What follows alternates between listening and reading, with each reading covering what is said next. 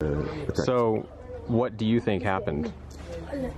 شو بتعتقد هي شغله تمثيليه شغله شو؟ هلا على الاغلب هي تمثيليه المسلح. He thinks it's a play or show. So it's a lie. It's a lie, yes. It never happened. كذبة يعني. We're What it is from Syria. Again, things, as you just saw, things keep getting worse and worse for the establishment and their version of the truth. We have actual journalists on the ground getting interviews with actual Syrians from Duma saying there was no chemical attack. I've been saying it on this channel. I've been presenting the evidence as it comes out. I'm going to keep doing that until it blows through. And there are some voices now in the mainstream. I've shown you interviews what Tucker Carlson has done. Everything Tucker Carlson has done on Syria has been great. We know Alex Jones doesn't want war. Richie Allen says the whole thing was staged. Everybody's on the same page. Jimmy Dore, if I didn't mention that, everybody's on the same page right now about the attack from France, the UK, and the United States being not justified by the evidence, and that there seems to be evidence to suggest that there was no chemical weapons attack. Yesterday, there was a video published that's the most explosive evidence yet, as far as I'm concerned, and I don't think that's out there for the broader public right now. It's something that was done on Russian state-owned TV showing a boy that's featured in the video that was spread on the internet, the video that was used to justify a bombing of a sovereign nation by the US, the UK, and France. So I'm going to tell you all those stories, play you all that video. I'm your host, Nathan Stoltman. Doshi was just here. Maybe he'll be back before the end of the show. He's my producer. I am a Russian bot today. You're a Russian bot today. If you share this, you're a Russian bot. And this is a t-shirt we designed. It's pretty simple. It's available at truthclothing.io, my sponsor, my company. We make t-shirts. We have ones that are even just as cool as this, I could say, or even cooler, depending on what you're looking for. I'll show you my website. It's right here. Let's see if it's under DDoS tech still. Truth Revolution Clothing, truthclothing.io. Those are the three featured shirts right now, and we're about to drop a new design. We just submitted it to the shop to get our quote on it, and we're going to be launching those shortly. There are also Doshi stickers. It's a way to support the show and a small business, and of course the small businesses we do business with. And shipping's cheap, it's fast, great service, reviews on the website. Enough shilling. Let's get to the news. Let me play you this interview, and I'll link to this video in the description so you can see it. This is these guys, One America News Network, OANN.com, have had two reports from this gentleman, Pearson Sharp, this guy right here, and that was the clip I opened the show with, was one of his street interviews there in Duma, and he's telling the story the way he's hearing it from residents on the ground. And by the way, there is a semi-official version of the real story that you'll hear from all of the different sources. First of all, before we go to this journalist who would probably be called fringe in the mainstream media which is lashing out now at independent journalism, and I'll show you those reports, from Robert Fisk, a multi-award winning journalist in the UK, writing on The Independent. This is the story he says, which is repeated by other witnesses who give their names. He says, quoting a doctor from the scene of the videos, quote, "I was with my family in the basement of my home 300 meters from here on the night, but all the doctors know what happened. There was a lot of shelling by government forces and aircraft were always over Duma at night. But on this night, there was wind and huge dust clouds began to come into basements and cellars where people lived. People began to arrive here," that's at the hospital, "suffering from hypoxia, oxygen loss. Then someone at the door, a white helmet, shouted gas, and a panic began. People started throwing water over each other. Yes, the video was filmed here. It is genuine. But what you see are people suffering from hypoxia, not gas poisoning. There are so many different sources that tell this same story, including the journalist from OANN, who I played on my last video about this phony chemical weapons attack, at least by all the accounts we've seen. The Russians also interviewed 2 doctors. Those are these interviews here, where they tell exactly the same story that Robert Fisk wrote, quoted a doctor as saying. All exactly the same story. Now, we'll go back to the interviews that Pearson Sharp is getting on the streets here. I'll play you a longer clip from this excellent piece. We're in Duma. We're walking around. We're talking to people. I understand there are accusations that some of the people that are being talked to are plants. They're people that are set up to say certain things in support of President Assad, and they're not real. So we're walking up to random people at this point, asking them questions and what they think about this situation. What do they think really happened? يعني شو بتعتقدوا هي تمثيليه كانت ولا؟ ما عرفنا، نحن قاعدين هون أقوياء ما شفنا يعني. ما شفنا حدا أذى. وقت الحملة نزلنا. They don't know, but no one hurt, and they were staying here, so that's what they can say. من قالوا إنه في ضرب كيماوي، إحنا مباشرة صرنا حضرنا حالنا لأنه أنا قلت له على شيء، قلت له بس ما شفنا يعني لا شفت كيماوي ولا شفت حدا مصاب حتى بكيماوي. He haven't seen, he haven't smelled, and he haven't anyone hurt. No one hurt. Chemical attack. So, what do you think happened? شو بتعتقد هي شغله تمثيليه شغله؟ هلا على الأغلب هي تمثيلية المسلحين. He thinks it's a play or show. So it's a lie. It's a lie, yes. It never happened. كذبة يعني. We're about 1 block away from where the attack allegedly happened. We're going to go see it in one moment, but right now we're walking through the streets, basically at what would be ground zero if the attack happened. Right now, it's not clear if it even did.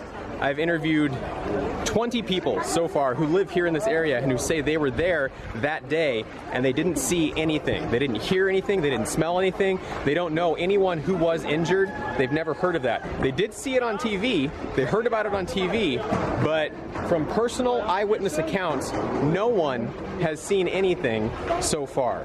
هون وعلى هوا حكيوا الاعتداء بعد 500 متر 400 متر. ايه ما شميت شيء. لا ما صار لنا شيء وهي كل الجيران هون. All of them. كلهم. They didn't smell. They haven't seen anything. Okay. And only 500 meters. Okay. What does he think happened? What is the real story? يعني شو بتعتقد هاي اللعبة شو هي؟ هي لعبة هي كذا نحن ما بنعرف بس طبعا هذا الموضوع هون ما حدا تأذى بنوب. No one heard, but maybe a game. He doesn't know. Maybe game. They say it's a game or a play. What do they mean by that? A game or a play? One of the witnesses that he interviews explains right here.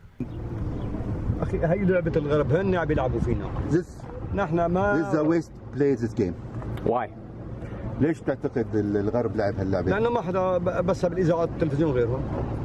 هن اللي يعني مثل اللي قالوا الثاني بدي يعمل لك قتل. هي كل الشغلة. He said like they find excuse to attack Syria or to bombard Syria.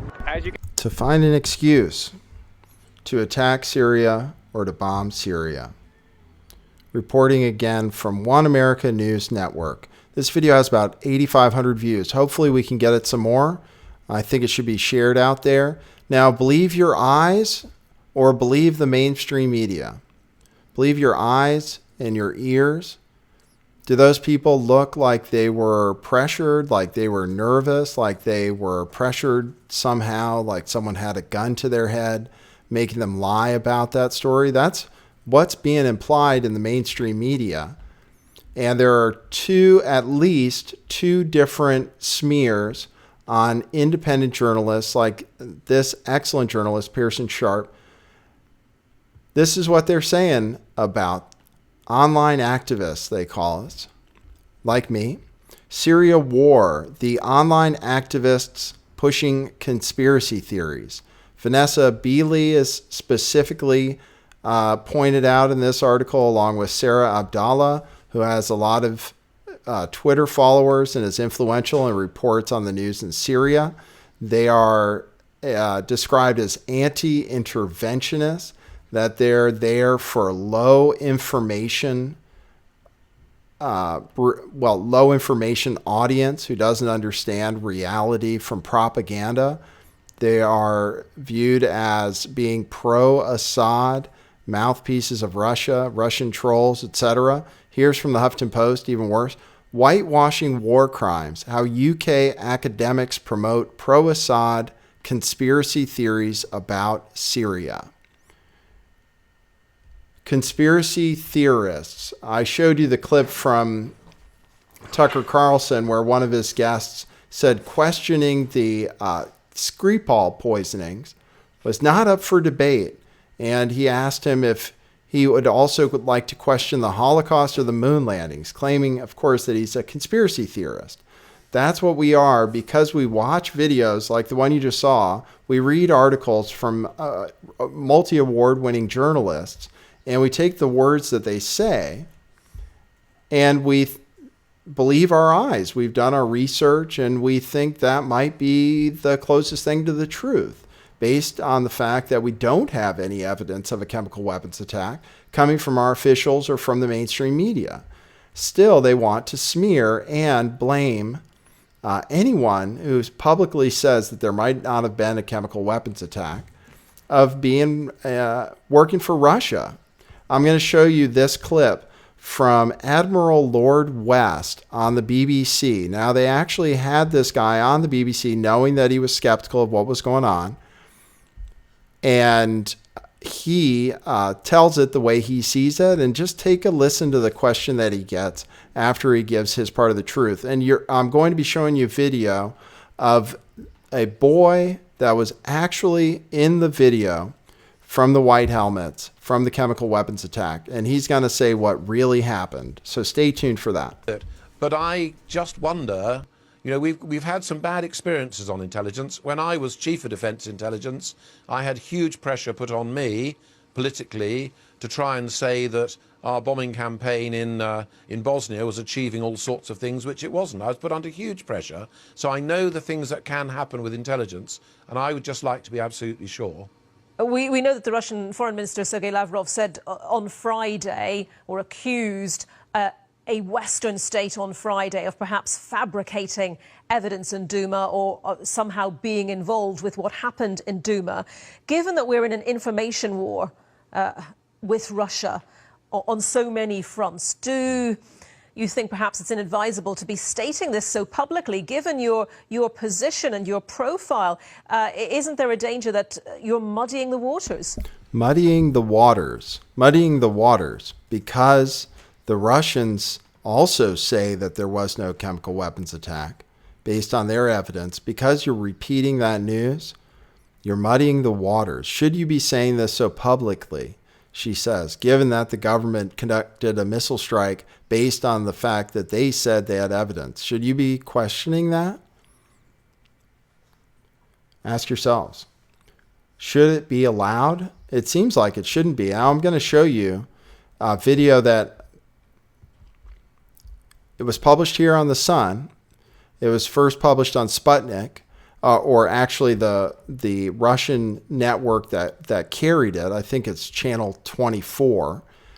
This is an interview with a boy that was in the scene right here of the chemical weapons attack. You'll remember him from this picture right here and this picture right here. Featured in the propaganda coming from the white helmets. This is him right here on the bottom from the interview. Here's the interview. Мы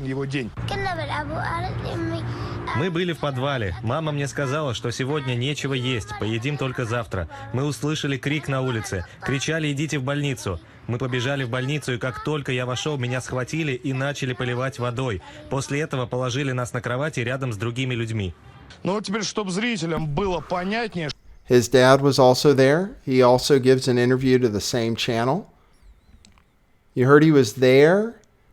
He was told by his mom there was nothing to eat today and that he would eat tomorrow. Then all of a sudden he heard noise in the street calling everybody to come out.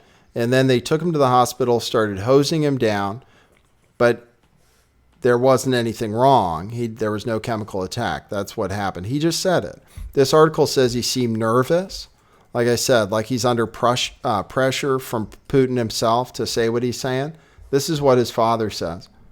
Не было никакого химического оружия. Я курил на улице, ничего не чувствовал. Зашел в госпиталь и увидел свою семью. Боевики дали за участие в этой съемке финики, печенье и рисы, и всех отпустили домой. Мой ребенок отлично себя чувствовал. Okay. Pretty amazing evidence. How long will the mainstream media be able to ignore all of this evidence that's out there on the internet? I wonder, YouTube is not, we're playing a big part in this, all of the independent media getting this information out, and YouTube isn't preventing it from getting out. So I will give a shout out to YouTube for once for not censoring content and not bowing to whatever pressure they might be under to censor this kind of content, because it's out there. People are seeing it. Under these articles that smear Vanessa B. Lee and call everybody conspiracy theorists, if they have comments enabled, the comments are not, the comments are critical of what the articles say. They say, oh, all of a sudden we're all conspiracy theorists because we don't buy hook, line, and sinker the mainstream narrative. The same mainstream media and propagandists that gave us 9/11, that gave us the Iraq war based on fake weapons of mass destruction, the same completely uncritical mainstream media that's led us into war countless times and lied to us. We're supposed to believe them. Well, they have journalists on the ground right now too. And those journalists are interviewing people and they're getting the same story. How many times do we have to hear the same story from witnesses on the ground? The kid who was in the dang video saying that he didn't suffer from chemical weapons. How many people do we have to hear from? I think it's going to break through with your help, of course, sharing these videos, getting the word out there, and with YouTube's help as well. So thanks for tuning in for this show. I told you Doshi would get here. Good job. Great show, except for the running around and making noise. You can find me live where I am right now on Twitch, most reliably. I'm on twitch.tv/lifttheveil411. That's another streaming video platform for those of you not aware. And it's got a great app and you get notifications from it. And I've been on for about 2 hours right now on Twitch. I also regained live streaming privileges on Lift the Veil Live. So if you're watching this or any other video on Lift the Veil, make sure you subscribe to Lift the Veil Live if you'd like to have the chance to see my live shows on YouTube. I'm there for however long they let me. It usually doesn't last long, but in the meantime, Lift the Veil Live. You can also find my podcast, which is great to listen to in the car, by searching Lift the Veil on SoundCloud, iTunes, or Stitcher. And you can find me on Steemit. You can find me on BitChute, all over the internet world. And I appreciate everybody who goes to find me when I disappear from YouTube. Thanks, everybody, for tuning in. Thanks for being critical. Thank you for engaging your brain. That is what it is.